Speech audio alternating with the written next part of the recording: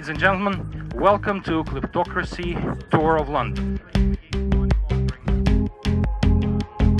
Property in London has turned into one of the premier money laundering operations in the world.